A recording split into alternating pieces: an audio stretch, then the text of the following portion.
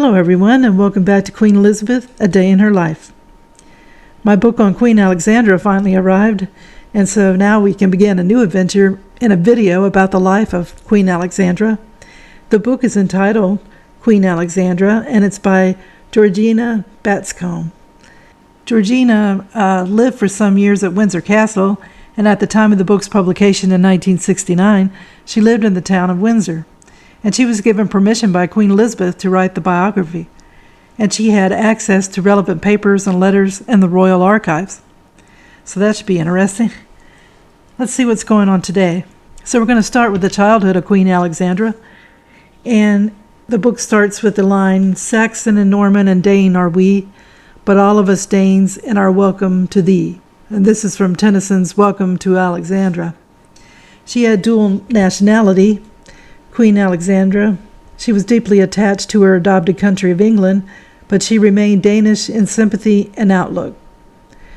To learn more about her personality, we need to see the land that she was born and brought up in.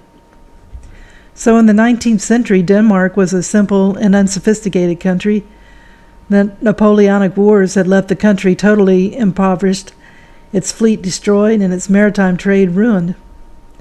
Denmark was linked with Norway for 450 years, but the relationship dissolved in 1814, and Denmark proper, with the duchies of Schleswig and Holstein, and a few unimportant colonies overseas, was all that was left of the once extensive possessions of the Danish kings. King Frederick VI, from 1808 to 39, treated his country like he was a country squire. Every evening, for instance, the keys of the gates of the city of Copenhagen were brought to him to be placed on his private writing table. The country was always patriotic. All these Danish characteristics and traditions went to the making of Princess Alexandra's personality. Her natural simplicity, her childish tastes and habits, the way she could relate to the man on the street, all came from her unsophisticated upbringing. From Denmark, she learned the fiery patriotism typical of a small and struggling nation, and the undying hatred of all things German that was to characterize her few excursions into politics. She had a lasting attachment to her old home and to her own relations. She fought their battles and upheld their interests. This came from the deep family feeling which formed the base of the structure of Danish society. She came from a family lacking in intellectual interests. The French ambassador at Copenhagen described her father, Prince Christian of Schleswig, Holstein, Sonderburg, Glucksburg, as having a mediocre mind and very little education. Prince Christian, however, had many good qualities, upright, dutiful, and affectionate. He had made an excellent husband and father, when his time came, a popular and reasonably successful monarch. His connection with the reigning house of Denmark was a distant one. Prince Christian was indubitably royal. When his father died, the old king, Frederick VI, as a matter of course, assumed responsibility for his upbringing. He was brought up, though in a very simple manner, and in due time he was given a captaincy in the Guards, where he had to make his own way, like any other officer, with very little to live on beyond his army pay. The young prince, having neither estates nor income to correspond with his high-sounding string of territorial titles. Prince Christian in his youth made 2 visits to England, one in 1887 as the bearer of the Danish king's congratulations to Queen Victoria on her accession, and the second a year later as the official representative of Denmark at her coronation. To the English, Prince Christian was a bit like a country bumpkin. When he first got to London, he had to visit a hatter and a tailor to make him fit in with society. Nevertheless, he cherished the dream that he might be considered as a suitor for Queen Victoria's hand. Nobody thought he was serious except his relative, Augusta, Duchess of Cambridge, wife to Queen Victoria's uncle Adolphus, Duke of Cambridge, to whom he had confided his hopes. In 1840, though, Queen Victoria married Prince Albert of Saxe-Coburg-Gotha, and 2 years later, Prince Christian himself married the Duchess of Cambridge's niece, Princess Louise of Hesse-Kassel. Princess Louise, or Princess Christian as she was now named, was a more lively and forceful character than her husband. Her marriage was a happy and prosperous one, and both her and her husband and children were devoted to her. Her daughter Alexandra inherited her slim, exquisite figure, her gaiety, her taste for music, and also her religious faith, in which Prince Christian shared. Princess Alexandra shared those good gifts with her mother, but she also inherited from her mother a serious and frustrating physical handicap in the shape of a hereditary form of deafness known as osteosclerosis. Princess Alexandra's heritage and her parents' two influences were to maintain a permanent hold upon her. She was a devoted wife and mother, but in spirit, she never left her childhood home. Queen Victoria wrote, referring to the disunion as so common in royal families. She stated one remarkable exception is the Danish royal family. They are wonderfully united and never breathe one word against each other, and the daughters remain as unspoiled and as completely children of the home as when they were unmarried, adding rather wistfully, I do admire this. Alexandra, Caroline, Marie, Charlotte, Louise, Julia, and her name was usually shortened to Alex, was born in Copenhagen on 1 December 1844 in the Yellow Palace, a house palatial only in name. Her childhood home was well suited to her family circumstances, being at one and the same time definitely royal but completely ordinary. The Yellow Palace is neighbor to the Amelblog Palace, the king's official residence, but in itself is no more than a pleasant and unpretentious house and a quiet street, distinguished from the neighboring houses only by its color. The front door opens directly on the pavement, so that the house lacks privacy and passers can glance in at the ground floor windows. The Amelengard, the street in which the Yellow Palace stands, runs from the splendid square of the Alenborg towards the Nyhaven, only 5 minutes' walk away. 'Tis old harbor reaches right into the heart of the city, and ships tie up beside the road, opposite a row of picturesque houses where, 100 years ago, rich and respectable merchant families lived next door to the warehouses, sailors, taverns, and brothels. In the earliest infancies, Prince Christian's children were familiar with the sight and smell of the sea and the business of seafaring men. Queen Alexandra came from a family of 6 children.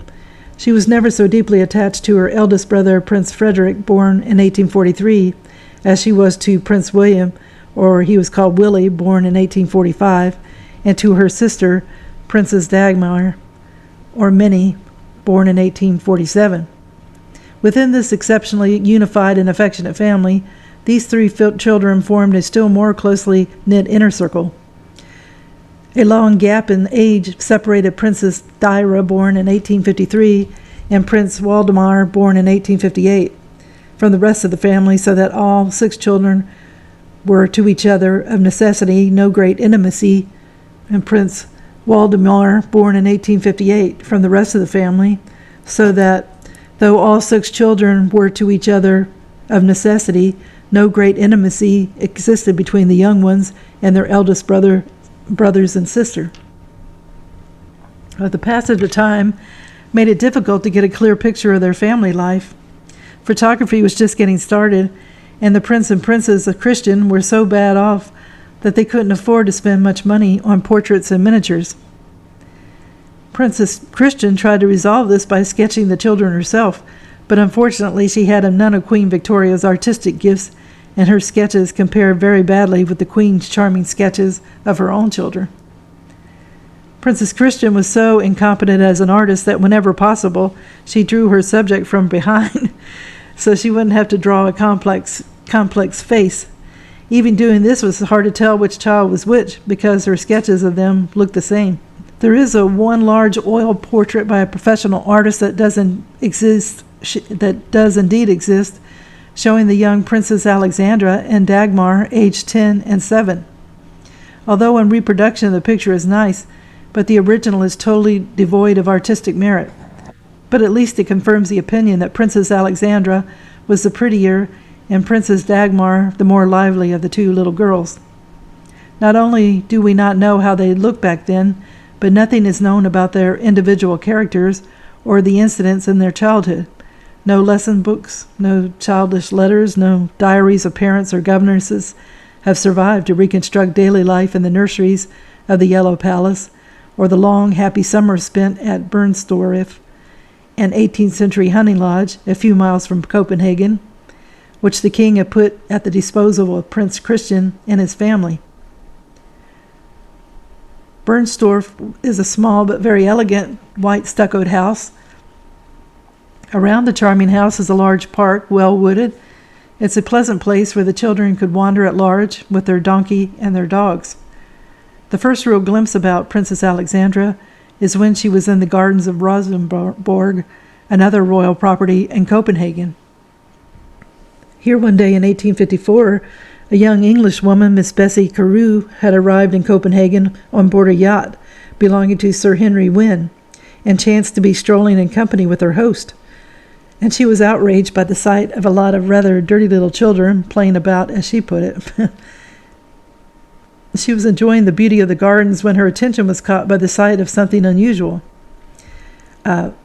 Bessie said, "We saw a go-kart drawn by a goat, which was led by a very smart-looking footman in green and gold livery, with another one behind.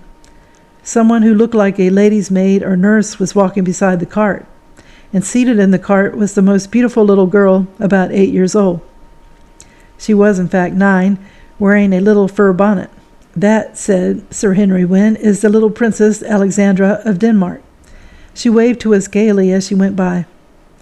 Princess Alexandra had these two characteristics of being a beauty and her gay, spontaneous courtesy.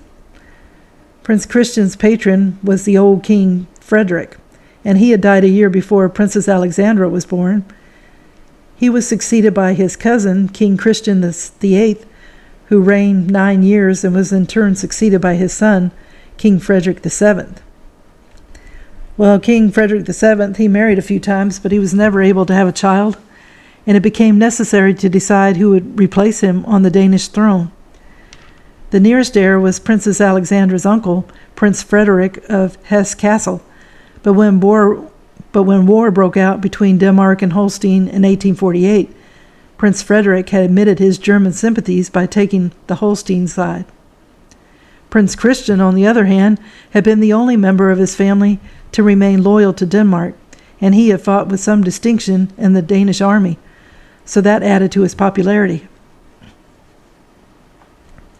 By descent, Prince Christian's wife, Louise, was nearer to the Danish throne, but she was barred because of the Salic law that ran in the duchies, though not in Denmark itself.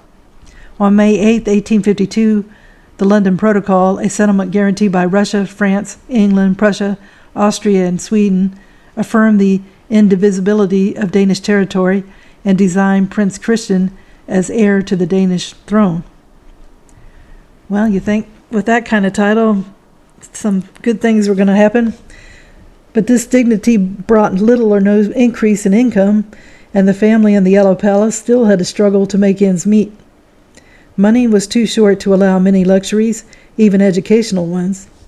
Princess Christian taught music to her daughters, while Prince Christian took their physical education in hand, putting both boys and girls through a strenuous course of gymnastics, a form of exercise in which these athletic children delighted. And they also enjoyed dancing. Princess Alexandra could sometimes be persuaded to demonstrate her acrobatic skill by performing that extremely difficult ballet step, Le Grand Jeté. Outdoor sports were their pleasure, in particular riding, and Princess Alexandra grew up to be a thoroughly proficient horsewoman. They had physical prowess, but their intellectual attainments lagged behind.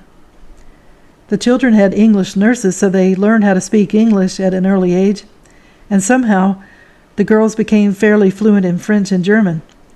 They received careful religious instruction, but of other education they had little or none. They were a healthy and happy gang of good-looking extroverts.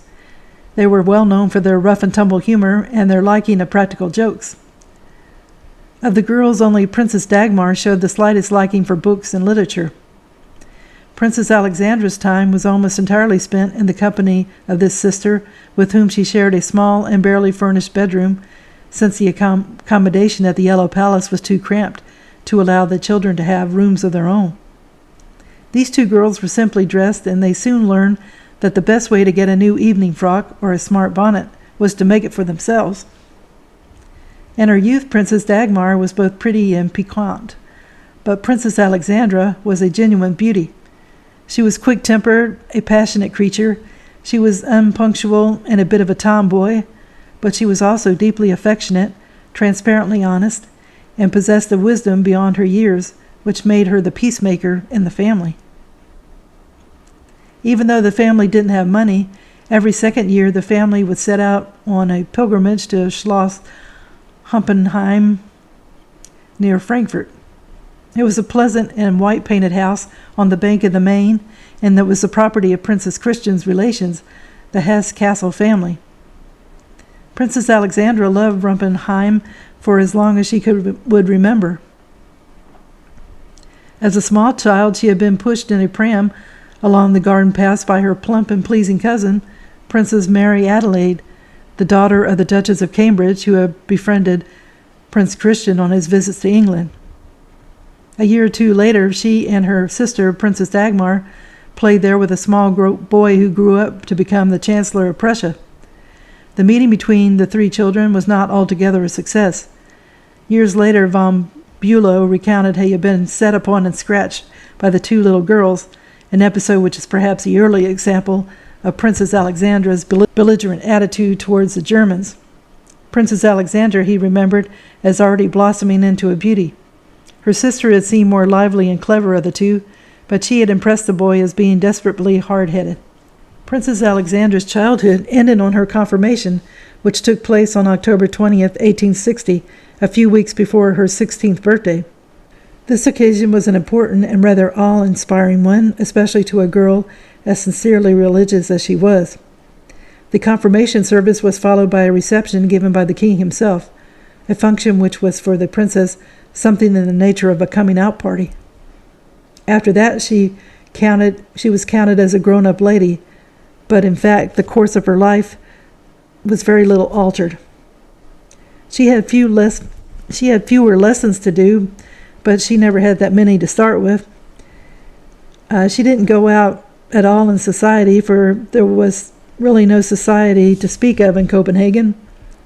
Her parents attended court functions only when attendance was absolutely necessary, and Princess Alexandra's party-going was limited to gaieties as a small family dance or a concert at the home of the elderly Queen Mother. Queen Victoria wrote that Princess Alexandra's, the mother's family are bad, the father's foolish. Princess Alexandra's lack of social experience might have been a real drawback to her had she not been blessed with natural tact and dignity and a bewitching physical grace. People forgot that Princess Alexandra could be a little bit of a bore. They remembered her only as an entrancing creature who combined a fairy tale beauty with a rare and endearing quality of heart. So I'm going to end the video here. We found out what we could about Queen Alexandra's beginnings and how it made her the person she would become as an adult. And it's very interesting to find out about Denmark and how her parents were. They weren't rich, but they did the best they could for their children. And we found out that Queen Alexandra loved her childhood and that she and her siblings were physically able, but not so much intellectually. Because their parents, they couldn't afford their education. It didn't matter, though, because Queen Alexandra was a beauty from a young age and she had a heart. In the next episode, the Prince of Wales enters the picture. Well, I hope you enjoyed the video, and if you haven't subscribed, if you could do so, it would help the channel to grow, as well as giving it a thumbs up. It's all a great help. And if you haven't clicked on the notification bell, if you could do that, it lets you know when a video is posted. More importantly, I want to wish everyone a good day, and tune in again soon for another episode of Queen Elizabeth, A Day in Her Life. Thank you. Bye.